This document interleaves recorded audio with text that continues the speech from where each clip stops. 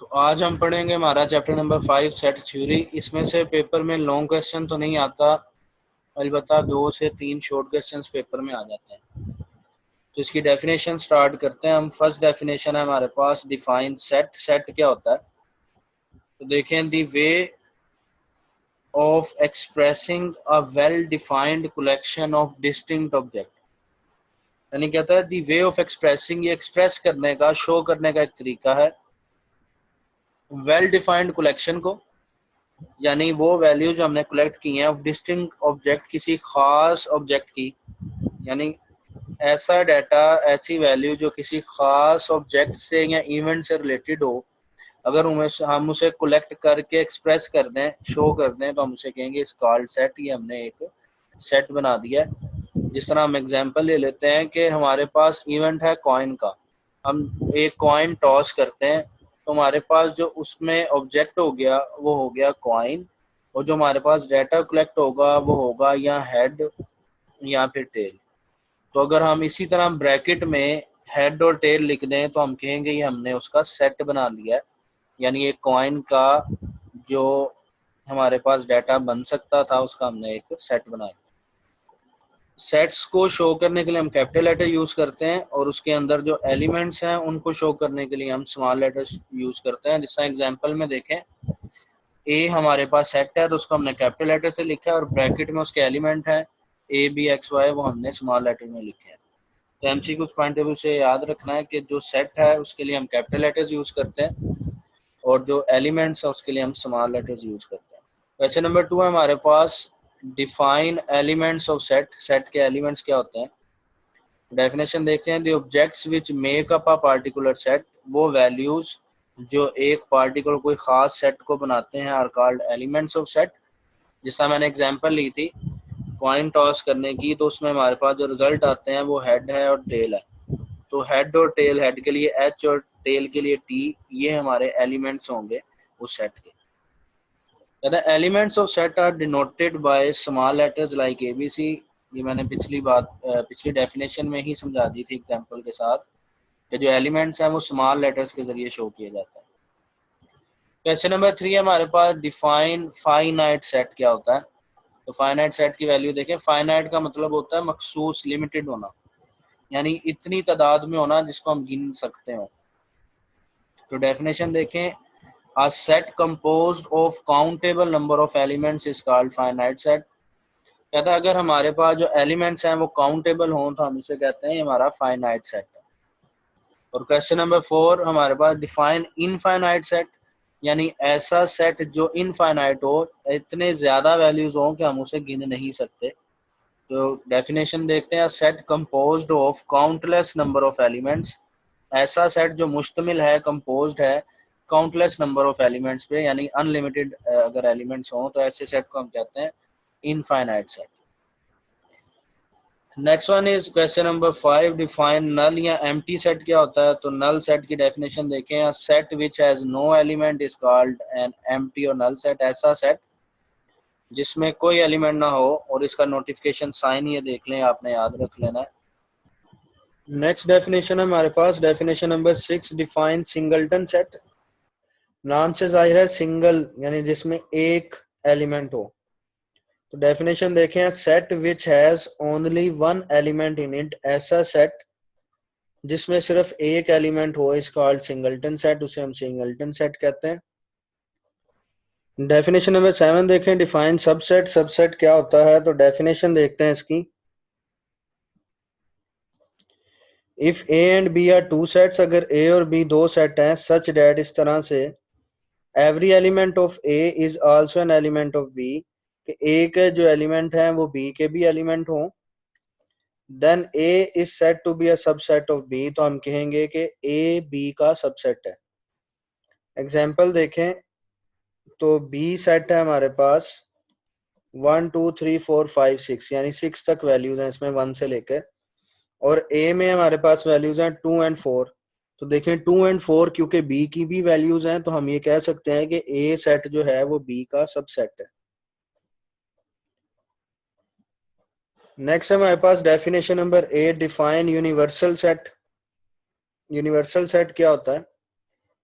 तो डेफिनेशन देखते हैं इसकी, a set of all subset is called universal set, यानी बड़ा सेट जिसमें से सारे सबसेट बनाए जाएं तो उस मेन सेट को हम कहेंगे ये यूनिवर्सल सेट है।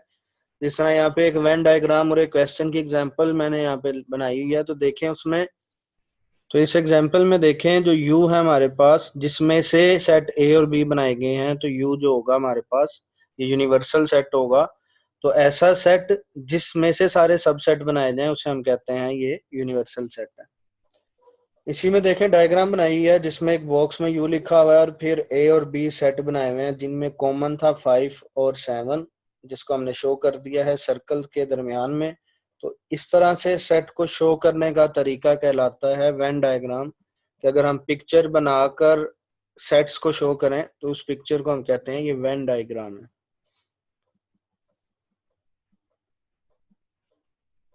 तो यही हमारे पास नेक्स्ट डेफिनेशन है।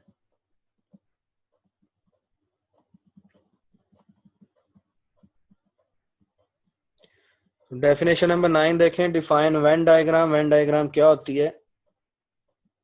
तो डेफिनेशन देखें, पिक्टोरियल वे, यानी पिक्टोरियल वे मतलब यानी पिक्चर बनाकर शो करने का तरीका, ऑफ शोइंग सेट्स, सेट्स को शो करना पिक्चर के जरिए, एंड देयर रिलेशनशिप और उनके ताल्लुक को शो करना इस कॉल्ड वेन डायग्राम, इसे हम वेन डायग्राम कहते हैं।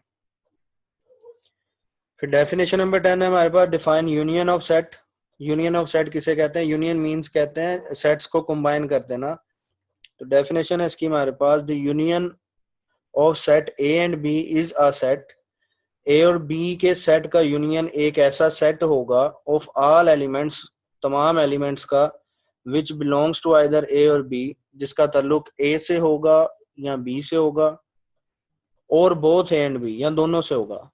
यानी कहने का मतलब ये है कि जो सेट ए, जो वैल्यूज सेट ए में है और जो वैल्यूज सेट बी में है, अगर उन सब को हम एक एक दफा लिख लें, it is denoted by A union B, ये इसका साइन है, याद रखना है।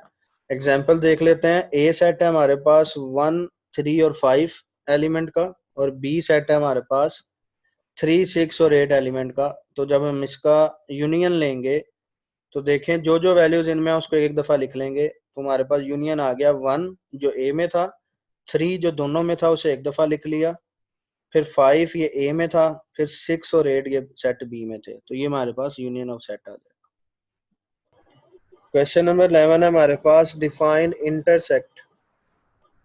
अगर दो सेट्स में से हम कॉमन एलिमेंट लिख लें, यानी जो एलिमेंट ए में भी हो और जो एलिमेंट बी में भी हो, तो उसे हम कहेंगे ये ए एंड बी का इंटरसेक्ट है। तो डेफिनेशन देखें, the intersect of two sets A and B is another set, ये एक और सेट होगा, विच कंसिस्ट ऑफ, जिसमें एलिमेंट्स होंगे जो मुश्तमिल होगा एलिमेंट्स पे, that are common in both A and B, जो ए और बी में कॉमन होंगे। और इसको शो करते हैं इस तरह से, ए इंटरसेक्ट बी। नीचे एग्जांपल देखें, ए सेट है हमारे पास 1, 3 एंड 5, और बी सेट है हमारे पास 3, 6, 8, तो इन दोनों में 3 कॉमन है, तो ए इंटरसेक्ट बी आ जाएगा हमारे पास 3। नेक्स्ट है define complement set. Complement set क्या होता है? एक्चुअली जिस सेट का हमने कॉम्प्लीमेंट निकालना हो, हम उसमें यूनिवर्सल सेट को माइनस कर देते हैं। यानी अगर हमने ए का कॉम्प्लीमेंट निकालना है तो हम क्या करेंगे कि यूनिवर्सल सेट में से ए को माइनस कर देंगे, यानी जो कॉम्प्लीमेंट ऑफ सेट ए आएगा उसमें ए के एलिमेंट नहीं होंगे। तो देखें डेफिनेशन कहता है, in set theory the complement of set A का जो कॉम्प्लीमेंट आएगा रेफर्स टू एलिमेंट्स, इसमें वो एलिमेंट्स होंगे which are not in set A, जो सेट ए में नहीं होंगे। आगे देखें, क्वेश्चन नंबर 13 है हमारे पास, पावर सेट। तो पावर सेट की definition, the set of all subset of a set A is called power set of A. Actually क्या है कि अगर एक सेट है ए, उसके अंदर वैल्यूज हैं 1, 2, 3, तो उसके जितने भी आप सब सेट बना सकते हैं, जिस तरह एक उसका सेट आ जाएगा नल सेट, एक आ जाएगा सिर्फ 1 का एलिमेंट, एक आ जाएगा 2 का एलिमेंट, एक आ जाएगा 3 का एलिमेंट, एक आ जाएगा 1 और 2 का एलिमेंट, यानी जितने भी उसके सब सेट बन सकते हैं उन सब को कंबाइन करके अगर हम एक सेट में लिख दें तो हम कहेंगे ये उसका पावर सेट है। तो एक्चुअली पावर सेट क्या होता है, किसी भी सेट के तमाम सब सेट्स का एक सेट होता है। नेक्स्ट है फिर what is the difference of two set. Two set का डिफरेंस क्या होता है, यानी अगर एक सेट में से दूसरे सेट को माइनस कर दिया जाए तो क्या होगा। तो देखें the difference of two set A and B is another set. A and B का जो डिफरेंस है वो एक मजीद नया सेट होगा which consist of all elements, जिसमें वो तमाम एलिमेंट्स होंगे that belong to set A, जो सेट ए में तो होंगे but not to set B. यानी अगर हमारे पास एक सेट ए है उसमें से हम बी माइनस कर दें तो जो नया सेट डिफरेंट सेट आएगा उसमें ए के बकाया एलिमेंट्स तो होंगे, लेकिन जो बी वाले हमने माइनस कर दिए हैं वो एलिमेंट्स उस सेट में नहीं होंगे। और फिर है हमारे पास define product set. Product set actually क्या होता है, अगर हम दो सेट को मल्टीप्लाई करें तो हर सेट के एलिमेंट्स को मिला के पेयर बना देते हैं। जिस तरह हम एग्जांपल ले लेते हैं कि ए सेट में वैल्यूज हैं 1 एंड 2 और बी सेट में वैल्यूज हैं 3 एंड 4। तो जब इसे मल्टीप्लाई करेंगे तो ए का पहला एलिमेंट 1 और बी का पहला एलिमेंट 3, तो 1 और 3 मिलके एक पेयर बन जाएगा, जिसमें से पहले वाले को हम एक्स कहते हैं, दूसरे वाले के एलिमेंट को हम वाई कहते हैं। तो डेफिनेशन देखें, कहता है the product set of two set A and B. अगर ए एंड बी का प्रोडक्ट सेट लें इज दी सेट, तो एक सेट होगा which contains all order pair, जिसमें ऑर्डर पेयर होंगे एक्स एंड वाई। जिससे मैंने बता दिया पहले वाला सेट जो होगा उसमें से एक्स आया करेगा एलिमेंट और जो दूसरा होगा उसमें से वाई एलिमेंट आया करेगा। Where X belongs to A, जिसमें एक्स का ताल्लुक हुआ करेगा ए से, and Y belongs to B, और वाई का ताल्लुक हुआ करेगा बी से। तो जो पेयर्स आ जाएंगे हम इसे कहेंगे प्रोडक्ट ऑफ सेट है। देखिए नेक्स्ट डेफिनेशन नंबर 16 है हमारे पास, define disjoint set. Disjoint set क्या होता है, two sets are set to be disjoint. दो सेट्स को हम डिसजॉइंट कहेंगे if they have no element in common, अगर उनमें कोई भी एलिमेंट कॉमन ना हो। जिस तरह एक सेट है ए 1 2 3 और दूसरा सेट है हमारे पास बी 6 7 8, तो ये ऐसे सेट हैं जिनमें कोई भी एलिमेंट कॉमन नहीं है, इसलिए हम कहेंगे कि ये डिसजॉइंट सेट है। Next question number 17, define factorial. Factorial क्या होता है, फिक्टोरियल की डेफिनेशन देखें, कहता है the product of first n numbers. N मतलब जितने भी नंबर लिखे हों, जिस तरह नीचे एग्जांपल में 3 लिखा हुआ है, तो 3 तक जो फर्स्ट नंबर बनेंगे उनका प्रोडक्ट कर लें। फर्स्ट नेचुरल नंबर यानी जो 1 तक हमारे पास जाते हैं इज कॉल्ड एन फिक्टोरियल। उसे हम कहेंगे n factorial is denoted by n x और फिर एक्सक्लेमेशन का साइन। जैसा नीचे देखें मैंने एग्जांपल सोल्व किया है, तो 3 फिक्टोरियल का आंसर किसका निकाला है, 3 को फर्स्ट नेचुरल नंबर तक मल्टीप्लाई करना है, तो हमने किया 3 मल्टीप्लाई बाय 2 मल्टीप्लाई बाय 1, तो इनको सोल्व करके आंसर आ गया हमारे पास 6। तो देखें डेफिनेशन नंबर 18 है परमुटेशन। डेफिनेशन पढ़ते हैं इसकी, इट इज अ सिलेक्शन और अरेंजमेंट ऑफ आर ऑब्जेक्ट्स। कहते हैं सिलेक्शन है और फिर उसकी अरेंजमेंट है, यानी उनको सीक्वेंस देना, सैंपल बनाना है of r object. R object मतलब कितने ऑब्जेक्ट्स का हमने सिलेक्शन करनी है, taken from n distinct object, और उसको सिलेक्शन कहाँ से करनी है, एन डिस्टिंक्ट ऑब्जेक्ट से। यानी जो हमारे पास टोटल नंबर ऑफ डाटा है उसको हम एन से शो करेंगे और जितनी हमने सिलेक्शन करनी है उसको हम आर से शो करेंगे इन अ पार्टिकुलर ऑर्डर। तो इसमें जो इम्पोर्टेंट बात है याद रखने वाली परमुटेशन में वो है पार्टिकुलर ऑर्डर। तो इसका भी आपको मैंने बता दिया, परमुटेशन और कॉम्बिनेशन में सिलेक्शन की जाती है, जो total number of data select करते हैं उसको हम शो कर देते हैं आर से, और जिसमें से ओरिजिनल डाटा में से जो हमने सिलेक्शन करनी होती है उसे हम कह देते हैं एन। तो डेफिनेशन इसकी देखें, इट इज सिलेक्शन और अरेंजमेंट, ये सिलेक्शन है और अरेंजमेंट है, सिलेक्ट करना है या अरेंज करना है ऑफ आर ऑब्जेक्ट्स को, यानी जो आप सिलेक्ट करेंगे उन ऑब्जेक्ट्स को, taken from n distinct objects, जो हम लेंगे खास ऑब्जेक्ट्स में से, यानी जो टोटल ऑब्जेक्ट्स हमारे पास होंगे उसको हम शो करेंगे एन, और जो हम सिलेक्ट करेंगे उसको हम शो करेंगे आर से, इन अ पार्टिकुलर ऑर्डर, किसी खास तरतीब में, जो मैंने पहले ही आपको बता दिया कि जब पार्टिकुलर ऑर्डर आएगा तो वो परमुटेशन होगी, और अगर पार्टिकुलर ऑर्डर नहीं आएगा तो हम उसे कॉम्बिनेशन कहेंगे। और इसका फार्मूला देख लें, it is noted by n P r, n small लिखना है ऊपर, फिर p और r स्मॉल लिखना है नीचे, equals to n factorial divided by n minus r factorial. और ये फैक्टोरियल अभी मैंने आपको एग्जांपल सोल्व करके दिखा दी। यानी n की तादाद का फैक्टोरियल लेंगे, फिर n में से r की तादाद को माइनस करके उसका फैक्टोरियल लेंगे और डिवाइड कर देंगे, तो हमारे पास वैल्यू आ जाएगी परमुटेशन। क्वेश्चन नंबर 19 है कॉम्बिनेशन, जो मैंने काफ़ी हद तक परमुटेशन के साथ ही आपको समझा दिया है। डेफिनेशन देखते हैं इसकी। इट इज़ अ सिलेक्शन और arrangement of r objects taken from n distinct objects.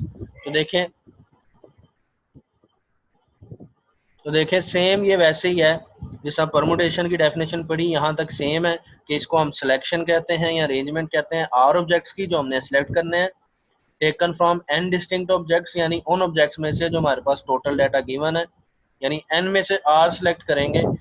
और जो फ़र्क है परमुटेशन का, विदाउट एनी पार्टिकुलर ऑर्डर, जिसमें कोई ख़ास पार्टिकुलर ऑर्डर नहीं होगा। तो ये फ़र्क है परमुटेशन और कॉम्बिनेशन में। परमुटेशन में ख़ास ऑर्डर होता है और कॉम्बिनेशन में ख़ास ऑर्डर का ध्यान नहीं रखते। और इसका फार्मूला देख लें, it is noted by n C r, वैसे ही एन ऊपर और आर नीचे लिखना है small, equals to n factorial, जिस तरह परमुटेशन में भी था। और फिर सेम वैसे ही n माइनस आर फैक्टोरियल। यहाँ तक जो फार्मूला सेम परमुटेशन का, बस एक चीज़ का इजाफा है कि आगे मल्टीप्लाई बाय आर फैक्टोरियल एक दफ़ा आपने फिर लिख देना है।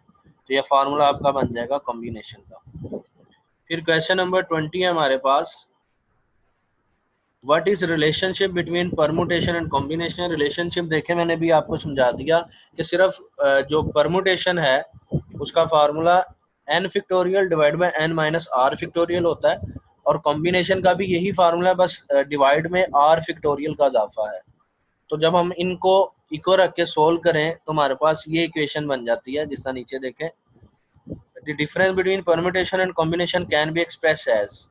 अगर एन पी आर को बराबर करें एन सी आर के, तो देखें एक आर फैक्टोरियल का बस इजाफा आएगा। तो हम ये कह सकते हैं कि एन पी आर इक्वल्स है आर फैक्टोरियल और एन सी आर के, या फिर अगर एन सी आर को बराबर करें तो देखें वैसे ही एन पी आर का फार्मूला है और डिवाइड में आर फैक्टोरियल का बस इजाफा आएगा। तो ये इनका कॉम्बिनेशन या रिलेशन या डिफरेंस आपने याद रखना है। अगर एन पी आर को बराबर करना हो एन सी आर के, तो आर फैक्टोरियल मल्टीप्लाई में आएगा, और अगर एन सी आर को बराबर करना हो तो आर फैक्टोरियल डिवाइड में आएगा। तो यहाँ तक हमारी इस चैप्टर की डेफिनेशंस थी।